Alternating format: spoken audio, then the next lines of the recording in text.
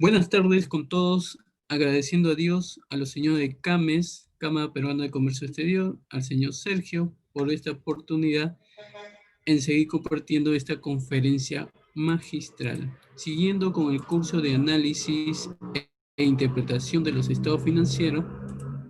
Como docente virtual, soy contador público colegiado, CPC Aldo Alía Acuña Parcana, docente en el Instituto CIMAS y CAMES, consultor e investigador en gestión pública y privada. En el curso de análisis e interpretación de los estados financieros, ¿no? Seguiremos con el contenido, ahora con el módulo 2, la unidad 5, análisis financieros aplicable a entidades del sector gubernamental, programado hoy día miércoles 11 de noviembre de 2020. En este pilar se valora, ¿no?, si los registros de la información se realiza en forma adecuada, ¿no?, para proveer la información oportuna para la toma de decisiones. Los resultados de las evaluaciones, ¿no?, del gasto público y la responsabilidad financieras aplicadas a los gobiernos nacionales, regional, local y demás órganos constitucionales. El contenido de esta presentación tenemos 5 puntos muy importantes, ¿no? Una introducción, casuísticas de las normas internacionales de contabilidad del sector público relacionada con el cierre contable. También tenemos las notas a los estados financieros, cuáles son sus principios y prácticas contables. También vamos a ver las transacciones económicas que afectan al saldo de balance y algunas observaciones, ¿no?, de auditoría. Y como último punto, en el 2020, la presentación digital de la información contable y presupuestaria con firmas digitales, pero del periodo fiscal del 2019.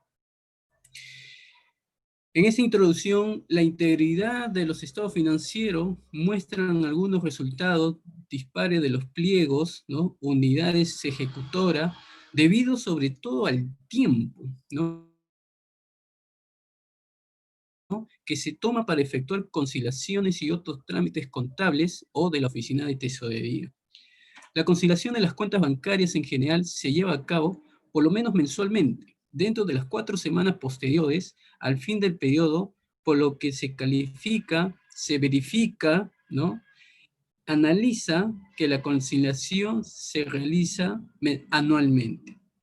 La conciliación de las cuentas de orden en las unidades ejecutoras se realiza en general por lo menos mensualmente, dentro del mes posterior al fin del periodo, pero dichas cuentas se compensan de manera oportuna, o sea, a más tardar el cierre del ejercicio o el cierre de cada ejercicio, ¿no? Las cuentas de anticipo también se concilian totalmente en forma mensual dentro de los primeros días de siguientes meses. Los procedimientos para asegurar la integridad de los datos financieros también cumplen con los estándares internacionales, puesto que el acceso a los registros presupuestarios y contables, así como la introducción de cambios en ellos, están protegidos, son de uso restringido y son reportados, generándose un historial de verificación de cambios. Profesor, y los informes presupuestarios durante el ejercicio, ¿no?, en el curso presentan algunos puntos débiles, ¿no? También tenemos la cobertura y la comparabilidad de los informes presupuestarios. Muestran que estos se preparan en general de manera trimestral y semestral, y no son comparables con el presupuesto original aprobado además en el estado de ejecución del presupuesto de ingresos y gastos. La ejecución del gasto presupuestario se afecta y revela a nivel de gastos devengado versus el presupuesto institucional modificado, y no se establecen comparaciones directas con el presupuesto institucional de apertura, por lo que no se cumple con los estándares internacionales. La oportunidad de los informes de ejecución de presupuesto es en general trimestral y semestral. Todo ello se basa a lo determinado por la normatividad que emana en la Dirección General de Contabilidad Pública del Ministerio de Economía y Finanzas, realizándose una conciliación de la información de los reportes emitidos por el aplicativo informático, el CIAS-SP, por su posterior presentación a los entes rectores de acuerdo a la normatividad y el cumplimiento, ¿no? El segundo punto, las casuísticas de las NIC, ¿no? SP relacionada con el cierre contable, pero antes de ello quiero darle una normatividad en sí.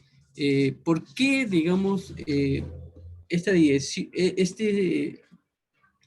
dentro de la administración o dentro del marco de la administración financiera del sector público fue modificada con el decreto legislativo 1436 emitida el día 16 de septiembre de 2018 en el Diario Peruano, donde se habla exactamente los cambios, ¿no?, de que debe ser una administración financiera del sector público efectiva, ¿no?, que sea una gestión integrada y eficiente, de manera intersistémica en un contexto de sostenibilidad y responsabilidad fiscal. Tiene sus principios y el sistema de contabilidad está dentro como parte de los sistemas, ¿no?, que se establece. Como sabrán, hay el Sistema Nacional de Presupuesto, el Sistema Nacional de Tesorería, el Sistema Nacional de Endeudamiento, el Sistema Nacional de Contabilidad, el Sistema Nacional de Abastecimiento, el Sistema Nacional de Programación Multianual y Gestión de Inversiones, gestión fiscal de los recursos humanos, y el último, la organización a nivel descentralizado operativo, y hay un último sistema que crearon en enero de 2020, ¿no?, que es el sistema de la transformación digital. Más adelante vamos a ver ese punto, cómo la contabilidad ahora emana a lo que es la información financiera digital. En este punto del cierre contable, quiero optarle, ¿no?, por cuáles fueron las acciones preliminares, ¿no?, al momento del cierre contable. Uno, al calcular las estimaciones, ¿no? ¿Qué dato me va a prevalecer? La depreciación, la amortización, las estimaciones o deterioro en las cuentas incobrables, las vacaciones y CTS. O sea, esto los estimaba. Luego también conciliar los inventarios, ¿no?, dentro del presupuesto público, y luego también conciliar el saldo de balance con el saldo financiero o contable. También tenemos conciliar el efectivo y equivalente de efectivo con las conciliaciones bancarias, ¿no? Conciliar inventario de almacén de bienes incautados y no despreciables, y los saldos a pagar en SUNAT, AFP y ONP.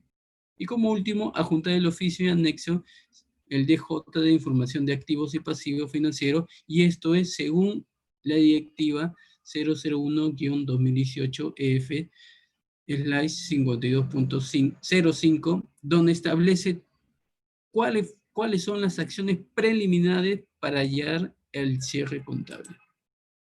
¿Cuál es el marco para la elaboración de estos estados financieros? Las entidades preparan los estados financieros de acuerdo al PCGA, que corresponde a la regulación contable que emite la Dirección General de Contabilidad Pública. También dentro de las entidades se evalúan el implemento de las normas internacionales de contabilidad y se determinan las brechas entre su política y los requerimientos.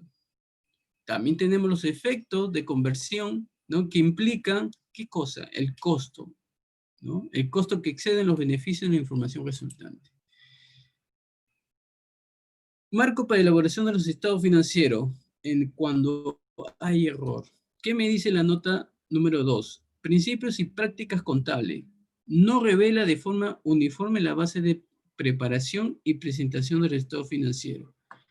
Hay una directiva, ¿no?, la 002-2018, y a través de la resolución directoral que fue aprobado por la Dirección General de Contabilidad, donde te habla, ¿no?, sobre qué errores son lo que se emana durante la elaboración de los estados financieros.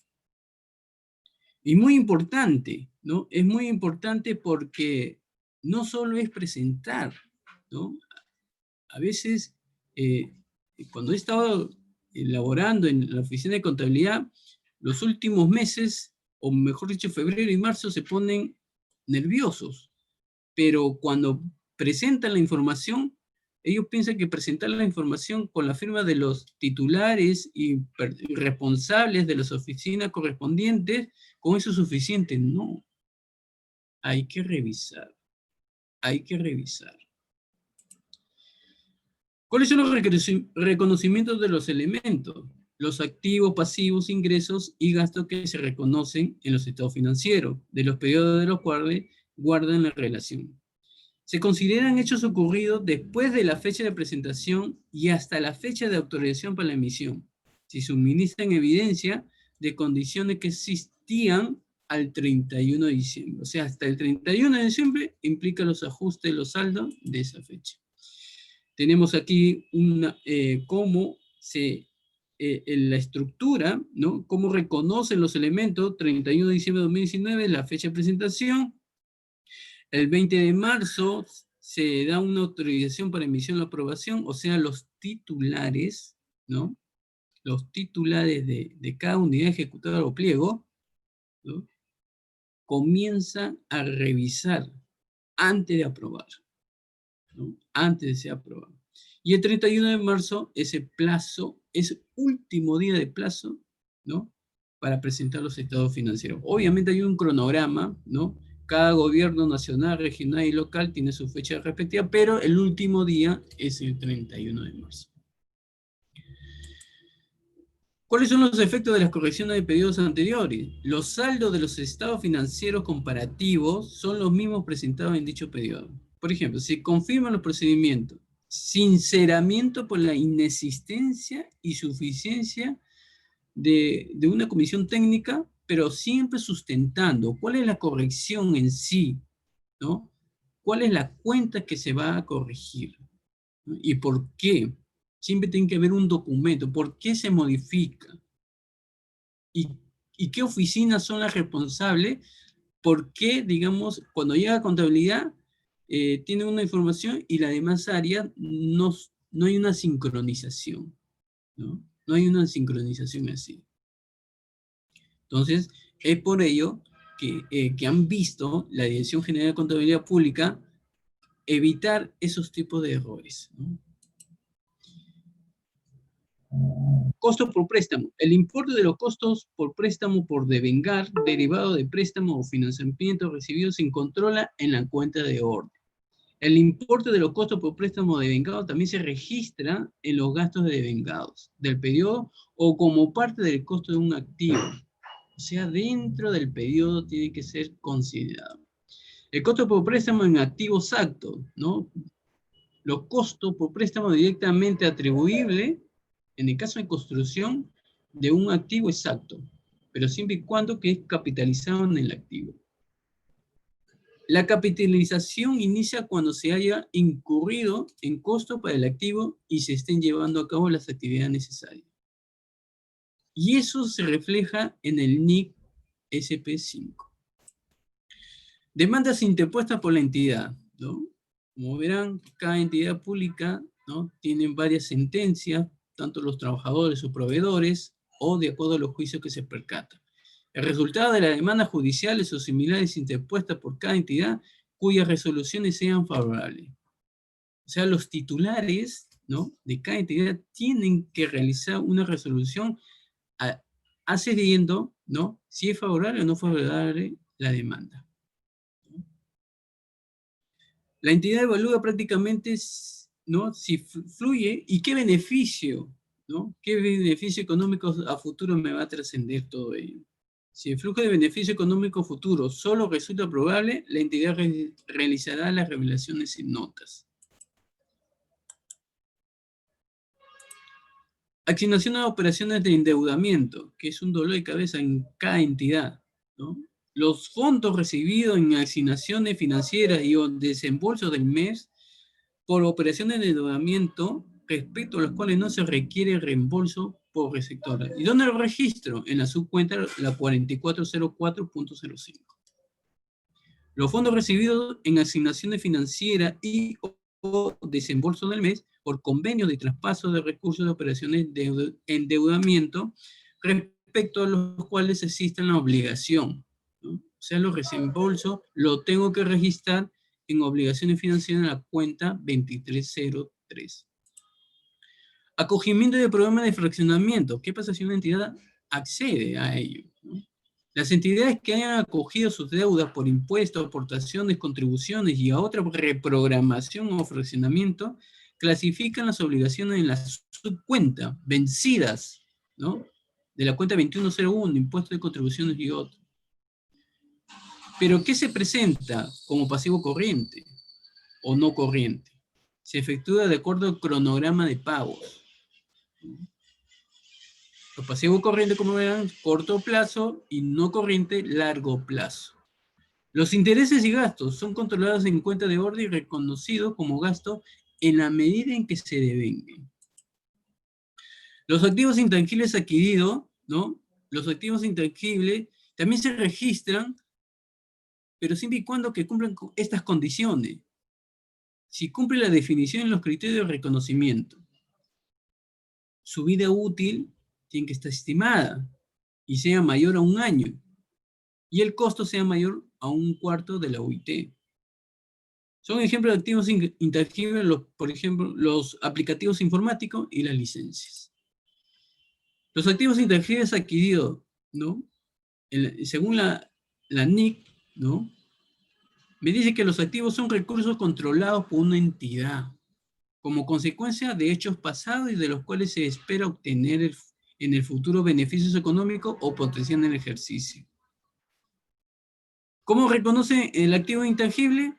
Si es separable, es decir, tiene que ser susceptible, separado o escindido de la entidad y vendido. En la explotación arrendataria o intercambio, surgen acuerdos vinculantes, derechos procedentes de contratos o otros derechos de independencia.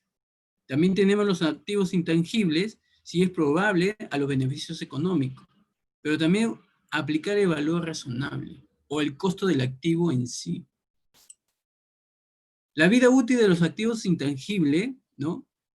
Genera internamente, si siempre y cuando sea estimada.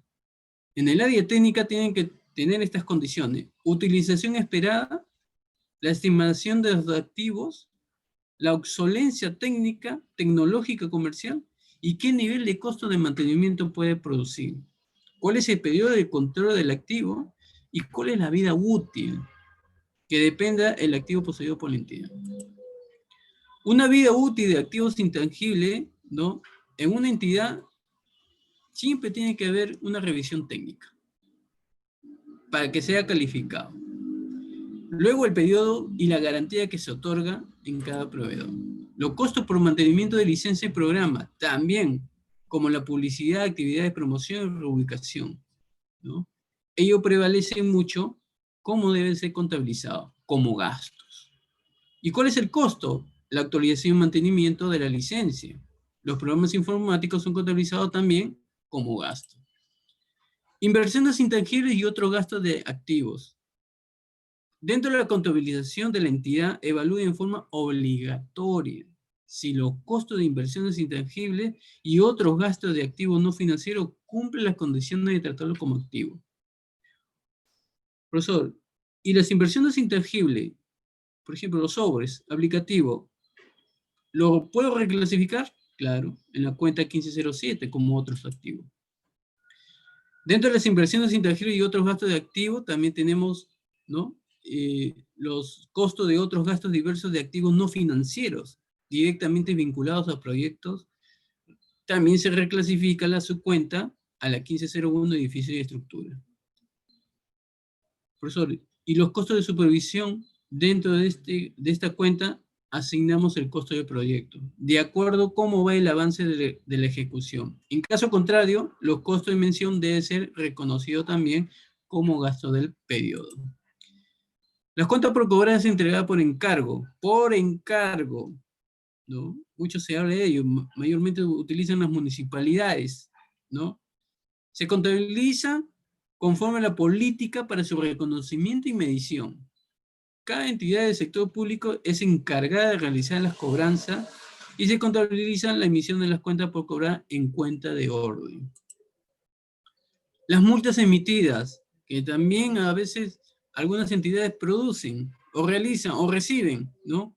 Si las multas son emitidas, son reconocidas como cuentas por cobrar ingreso, solo cuando las cuentas por cobrar cumplan la definición de activo, cuando de acuerdo a la experiencia de la entidad o de la experiencia comparable. Siempre tiene que ser un beneficio económico futuro y el valor puede ser medido fiabilidad.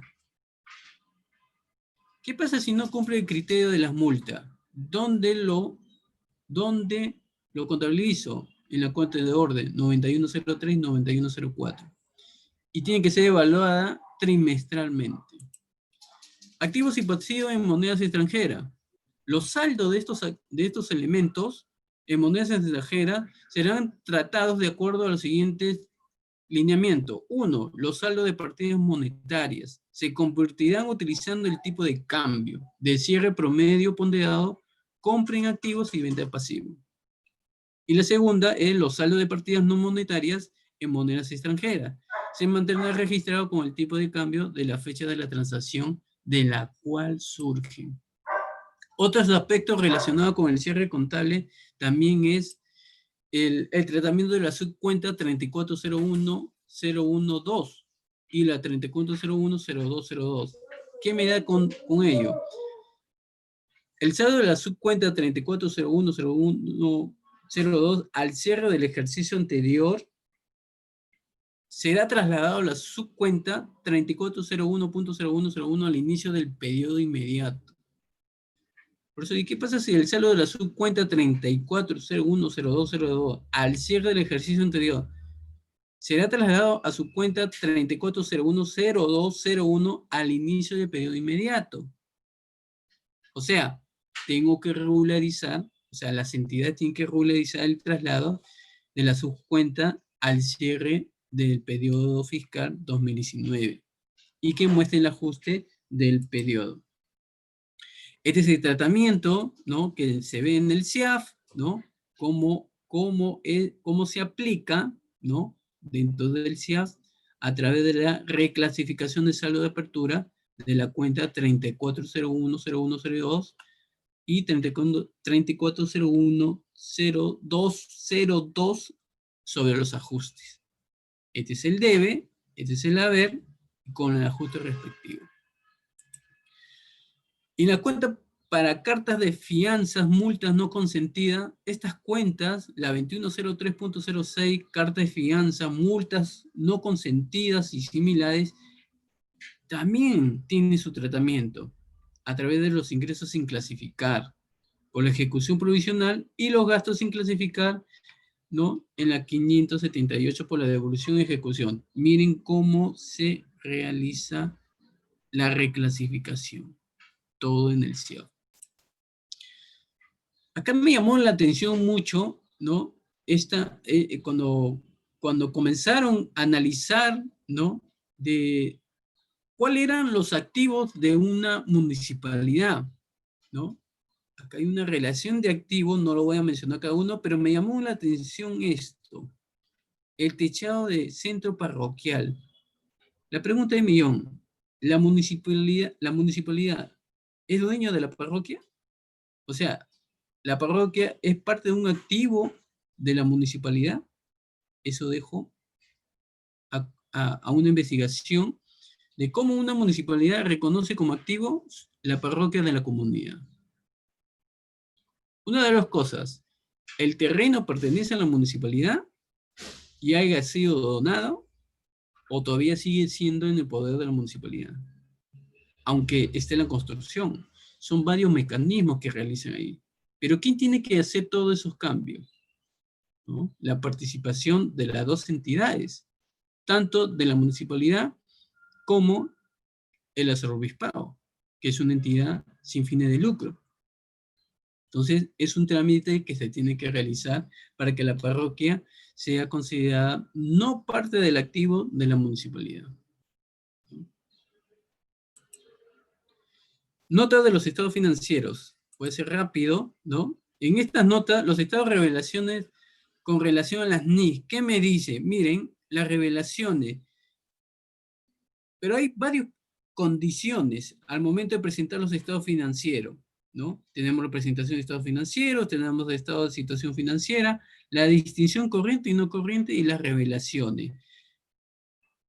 Hay tres caminos, ¿no? Puede ser diferente, similar o idéntico. En las tres primeras, al 100%, pero hay una revelación que me llamó mucho la atención. El 60% lo revelan, el 40% es idéntico. ¿Qué quiere decir con ello? Que mi presentación financiera, ¿no? Ante el Ministerio de Economía y Finanzas, ¿no? He encontrado estos indicadores. O sea, prácticamente un 40%, ¿no? Es reconocido la información. Y dentro de la NI 19, las provisiones de pasivo contingente, miren la revelación, un 80%. O sea, más gastamos, más nos endeudamos, y la medición, ¿no? de la información financiera es el 50-50. Pero el reconocimiento al 100% por la presentación. Pero miden, ¿no? Miden que el 50% que la información es tanto diferente y similar. Pero en la revelación, a través de esta cuenta, es un 80%. Y mucho que decir con ello. Esta fue la fuente del BIC del año 2017, cuando comenzaron a revisar los estados de adopción, ¿no? De la NIC SP en el Perú, según el informe de esta firma auditora.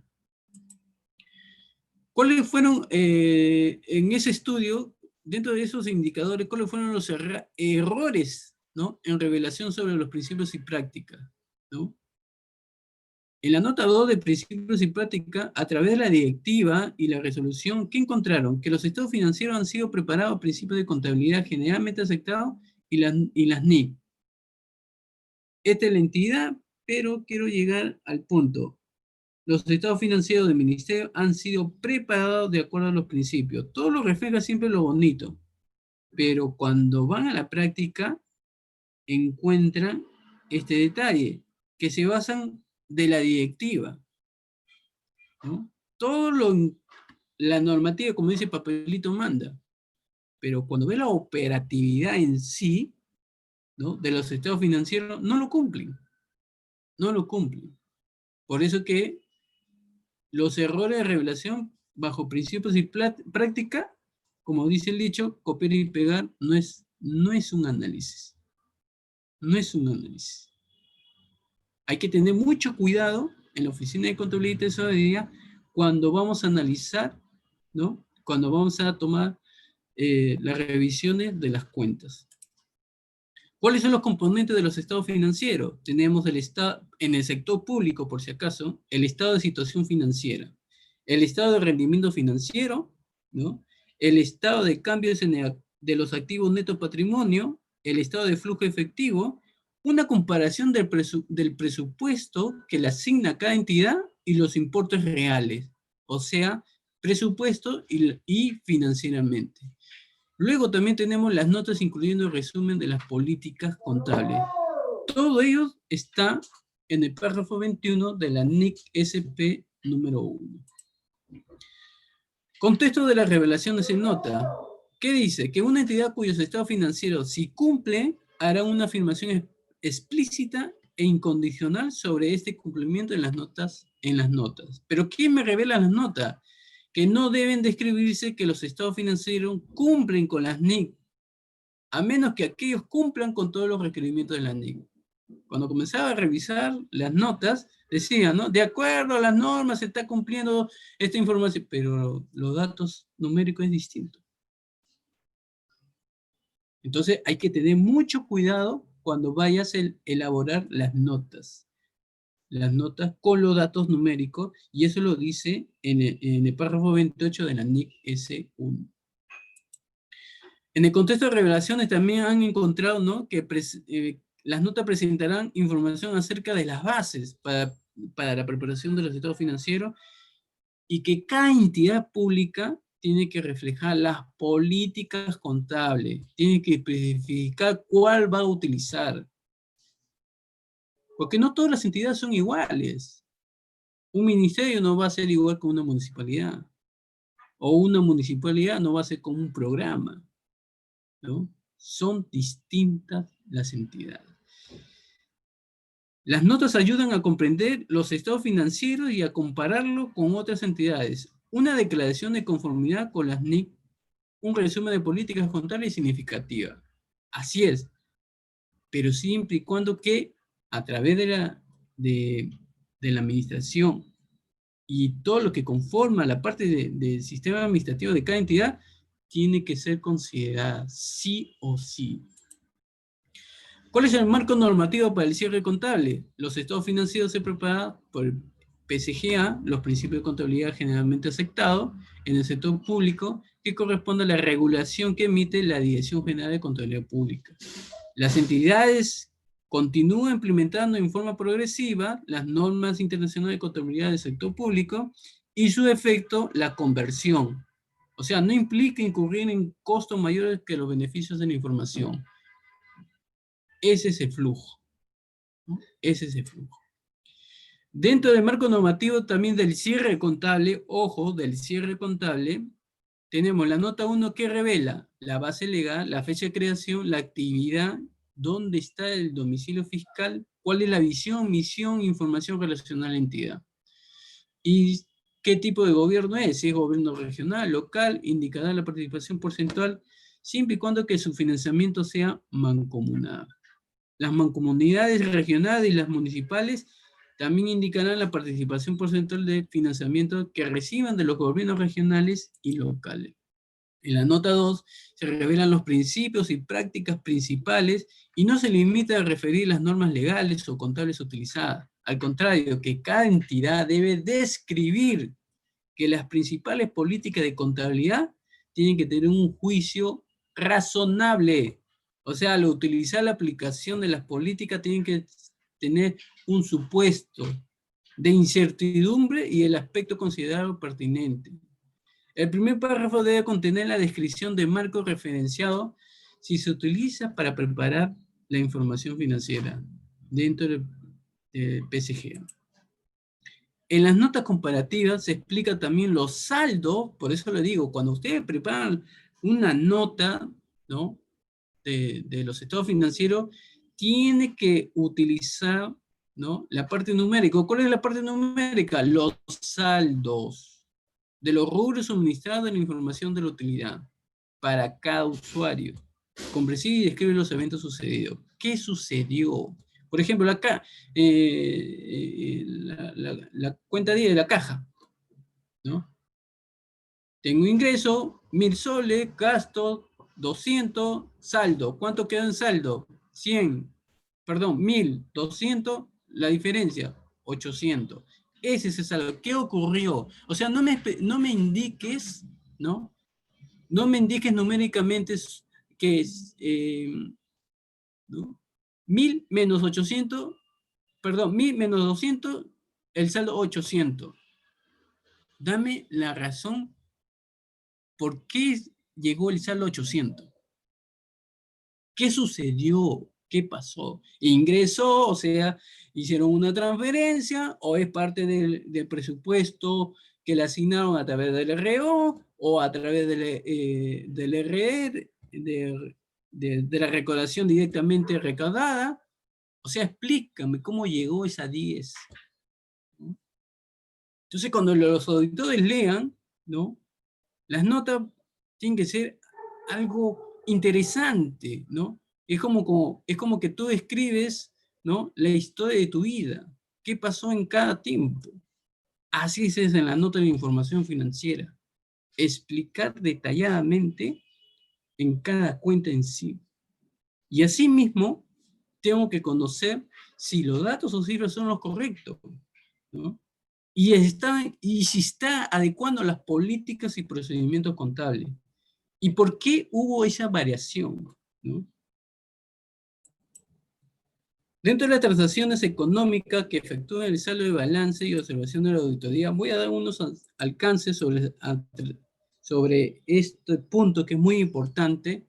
¿Cómo se determina el saldo de balance? ¿No? Tengo el saldo de balance y es igual ingreso recaudado menos gasto de vengado.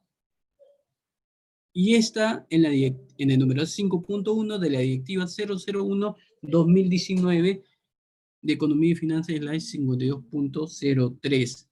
¿Qué me dice? Que el registro administrativo en el CIAF, SP, del saldo de balance al 31 de diciembre de cada año fiscal debe de efectuarse a nivel de unidad ejecutora, ¿no? Puede ser gobierno local y otras entidades, sin exceder el plazo establecido para el periodo que sea ¿no? El periodo de regularización del año fiscal que corresponde.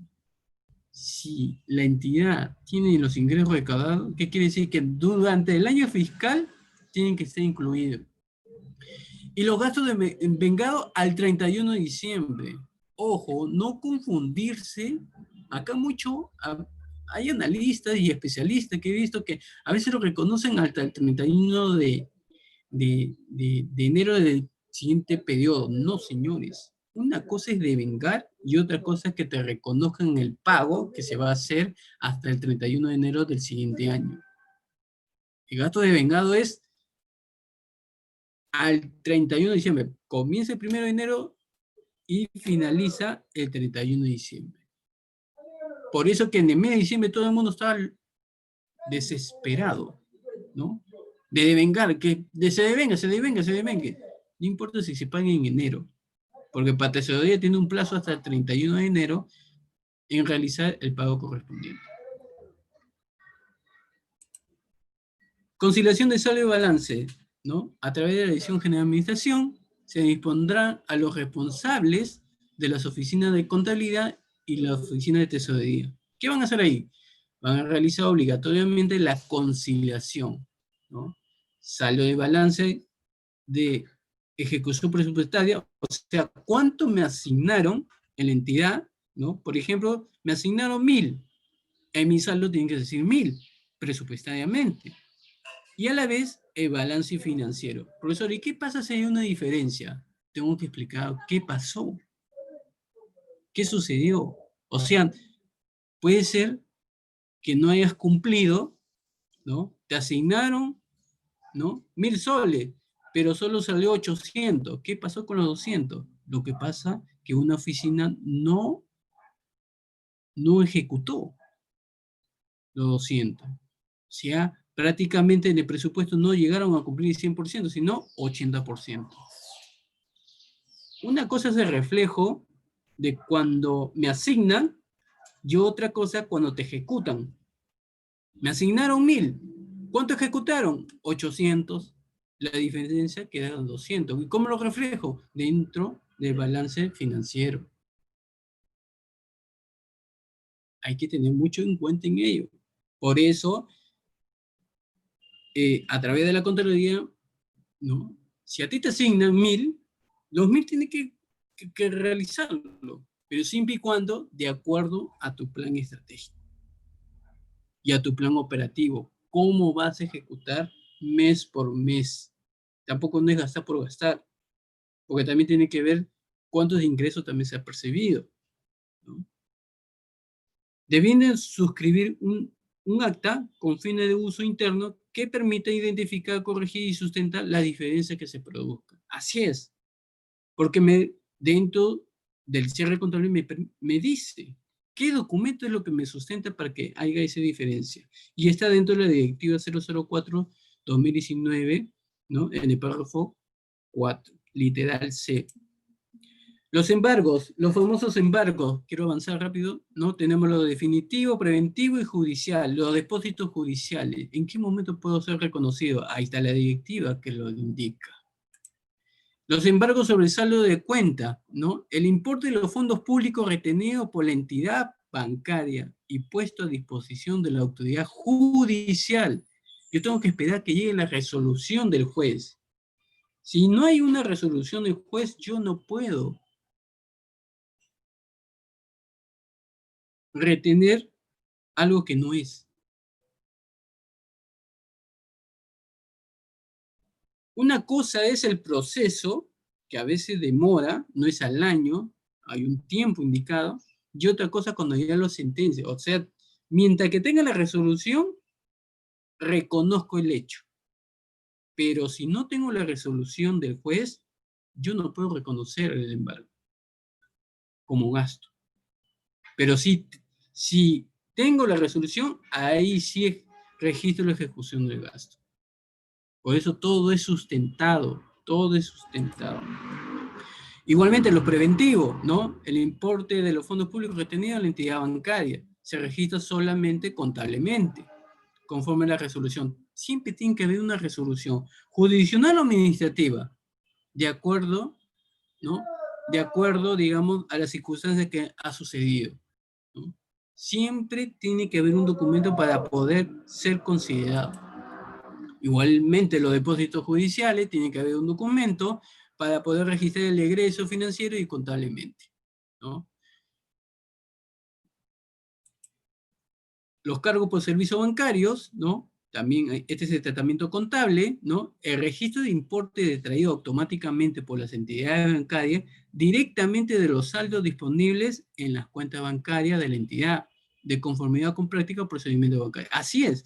O sea, ya Banco de la Nación y las entidades están sincronizadas. O sea, no podemos engañar al Banco de la Nación que esta información es mala. No, porque ellos saben. Pero tiene que haber un sustento y también tengo que reconocerlo dentro de mi presupuesto institucional. La carta de fianza, hay algunas definiciones, ¿no? La carta de fianza es un contrato de garantía del cumplimiento. En cambio, la garantía es una obligación accesoria destinada a asegurar y proteger el cumplimiento de una obligación principal. Lo dice el numeral 4 de la Directiva 001/2018. Hay un caso entre pasivo e ingreso, ejecución de garantía no consentida. Una entidad cobra un importe por penalidad a un contratista de obra por incumplimiento de los términos contractuales, ¿no? La pregunta de la entidad, si en el momento presente debe reconocer un ingreso o un pasivo. El importe cobrado ha sido depositado en una cuenta bancaria, en el Banco de la Nación, a nombre de la entidad. La penalidad no se encuentra consentida y el contratista aún tiene expedita la vía para objetar la decisión de la entidad. O sea, hasta que no me reconozca el hecho, yo no puedo, si es un ingreso o es un pasivo. Tiene que haber un sustento en sí. ¿Por qué tengo que aceptarlo? La ejecución de las garantías financieras recibidas o cláusulas penales y similares no consentidas. ¿Cómo se registra? Financiera y contablemente. La entrada de los fondos, ¿no? Esta es la parte contable, ¿no? La 11010101 con la 2103. Y luego la 110105, pero dentro de los 05 tenemos 101, 104 y 201. O sea, tengo que reflejar qué tipo de fondos son. Si es banco, si es caja, o si es otras instituciones financieras. Y la cuenta que es de la entidad. El otro tratamiento, también, si dentro de los fondos, que es dentro del Banco de la Nación o otras entidades financieras, ¿no? Que es la 11 contra la 2103 a través de la carta de fianza u otros. En caso de la instancia competente resuelvan la controversia en contra de la entidad, ¿qué cosa registro? Registro la devolución de los fondos solo si es financiera y contablemente sin afectar el presupuesto institucional. La entidad consulta, ¿cuál es el tratamiento contable? Este es el tratamiento contable. Reconozco la carta de fianza, la 210306, ¿no? Y a la vez, si va a ser, ¿qué cuenta utilizo? ¿Dentro del fondo del Banco de la Nación o de otras instituciones? Giro un cheque, ¿no? Giro un cheque y a la vez, a través de una carta orden, ¿no? La 9103.08, 9103.09 con la 9104.08 sobre los cheques girados por entregar. Y la 9104.09, control de cartas de orden. Según el párrafo literal B, numeral 4.1 de la directiva 001-2019-EF. Vamos avanzando. Esta es la ejecución de garantía. Estos son los tratamientos contables que se visualizan. ¿Cómo reconozco el ingreso presupuestario y financiero? La 11 y la 12. Y la 12 con la 45.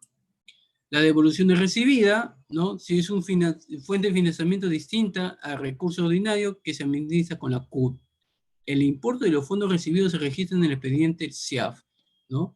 En el cual se produjo la ejecución del gasto emitiendo perspectiva de la papeleta. Adicional, la entidad debe de afectar, ¿qué cosa? Que el importe específico de ingreso, la 1.5.5 con la 1.4.98 ingresos. Perdón, todo es uno solo. Ingreso excepcional en el año fiscal en que se produce la percepción. ¿No?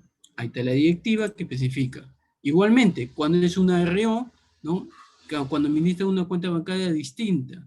¿Cuál es la cuenta? La 1491. La 1.5.5498 ingresos excepcionales. Anulaciones, ¿cómo anulo? Cuando se realizan anulaciones sobre baja de gastos de vengado en años fiscales anteriores en fuente de financiamiento distinta a recursos ordinarios. Se procede también al registro de monto que corresponda la específica de ingreso de saldo de balance. Esta es la normativa. Cargos o pago de deuda, ¿no? Operaciones de crédito, deuda pública, deuda interna, ¿no? Los convenios de traspaso de recursos. Hay un caso que especifica, voy a ser breve en este caso, me dan el monto respectivo, pero la pregunta es, ¿cuál es el importe que debo reconocer como deuda al momento de recibir el desembolso? Si me dan este monto obviamente lo reconozco el importe que trascendí, según, ojo, cuando es en préstamo a corto plazo tengo que ver el contrato. Tengo que ver el contrato, cuál es el monto que está siendo reconocido. Este es el asiento, ¿no? Tanto de la obligación, ¿no? Como el interés. Vamos a seguir avanzando. Quiero llegar a este punto de la auditoría. En el momento cuando ya mis estados financieros y presupuestados están auditados, su presupuesto aprobado sea igual o posterior a 13.000 UIT o cuando sus activos totales sean iguales o superiores a 16.000 UIT. Publicada en el portal de transparencia de cada entidad. Lo dice la ley de presupuestos del año 2016. ¿Qué observaciones da en una auditoría? Base para la opinión de salvedad, ¿no? ¿Qué me dice? Dentro de este rubro, con este monto, me menciona que la reevaluación se llevó a cabo de método de tasación. Obviamente, tengo que aplicar este método. Por eso que cuando ustedes analicen contablemente, tienen que aplicar qué método, qué procedimiento y cuál es la fuente principal. Hay un informe técnico que avala cuál es el periodo, cuál es la base, el recálculo de la vida útil, el periodo en sí, la depreciación, ya es la parte operativa, qué significativo tiene y qué razonabilidad ha aplicado, que la entidad y el rubro edificio es ese valor y la depreciación del ejercicio. Mire todo lo que corresponde, lo que dice el auditor, según lo que tú has presentado, los estados financieros en el Ministerio de Economía y Finanzas. Esta es la vida útil, ¿no? Que te da, son los rangos que se especifica, ¿no? El alcance de la auditoría, ¿cuál es el punto más importante, ¿no? En el caso de en este efectivo equivalente, ¿no? Al cierre periodo, este monto carece de sustento. No se ha realizado conciliaciones bancarias del mes de diciembre. Por eso todas las cuentas tienen que ser sustentadas. Si no es sustentada, he ahí la observación. ¿Y, con qué se ampara? Bajo el decreto legislativo 1438, el decreto legislativo del Sistema Nacional de Contabilidad. ¿Qué dice? Que el registro contable es el acto que consiste en reconocer, medir y registrar los hechos de una transacción, de acuerdo a su naturaleza, sustentado con la respectiva documentación física o electrónica. Luego tenemos qué tipo de conciliación, ahí está la directiva. Otras observaciones que también indican, ¿no? Que se tiene que adecuar, ¿no? Y que los estados financieros tienen que reconocer según, ¿no? Las normas internacionales de contabilidad.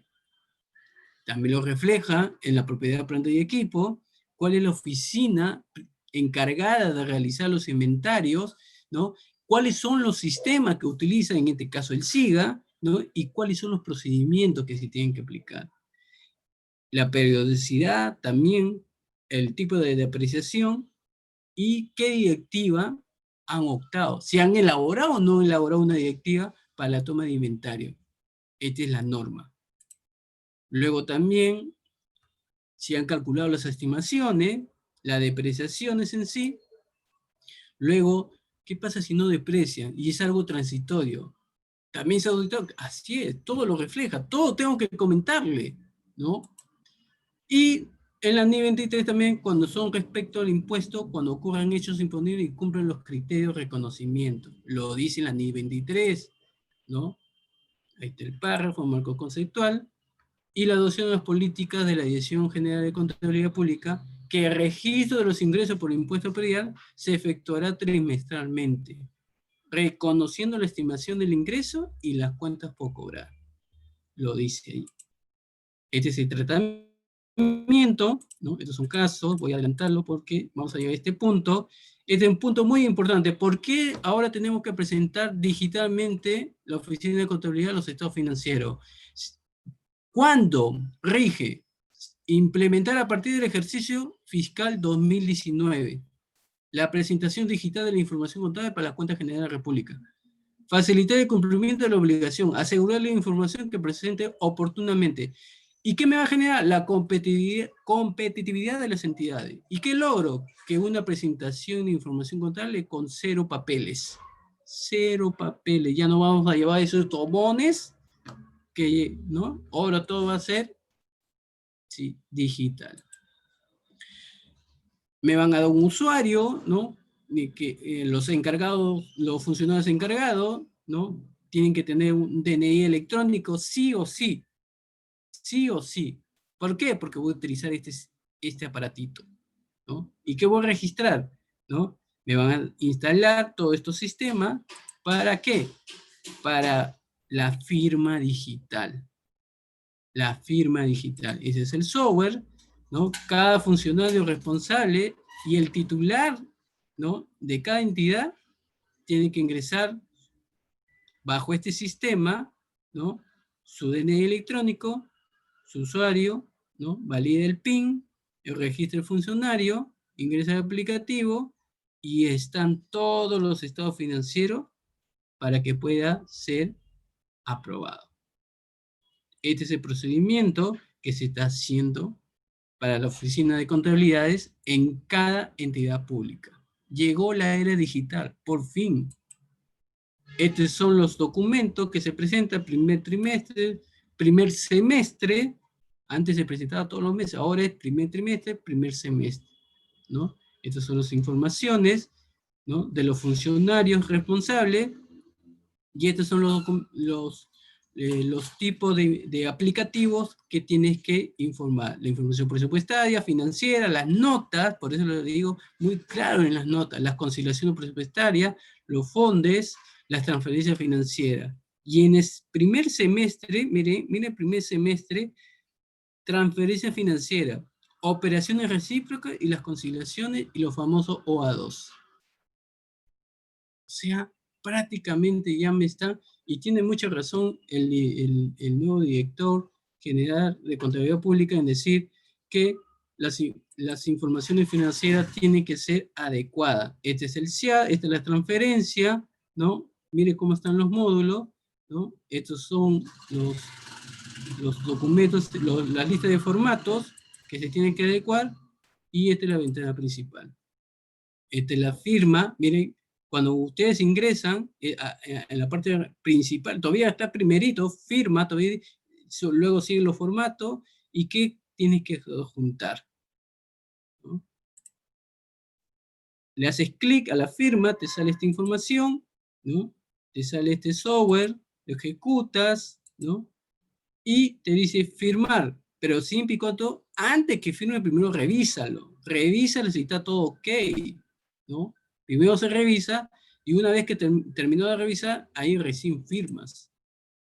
Te sale este mensaje y te pide un PIN, te da un check, correcto el sistema, y ahora sí, ya tienes tu firma digital como contador general de, de este estado financiero. Ojo, el contador general todavía falta del titular que tiene que ser aprobado, ¿no? Porque esta información lo va a ver el titular, lo va a ver la parte administrativa, la parte de presupuesto, la parte de todas las oficinas que corresponden.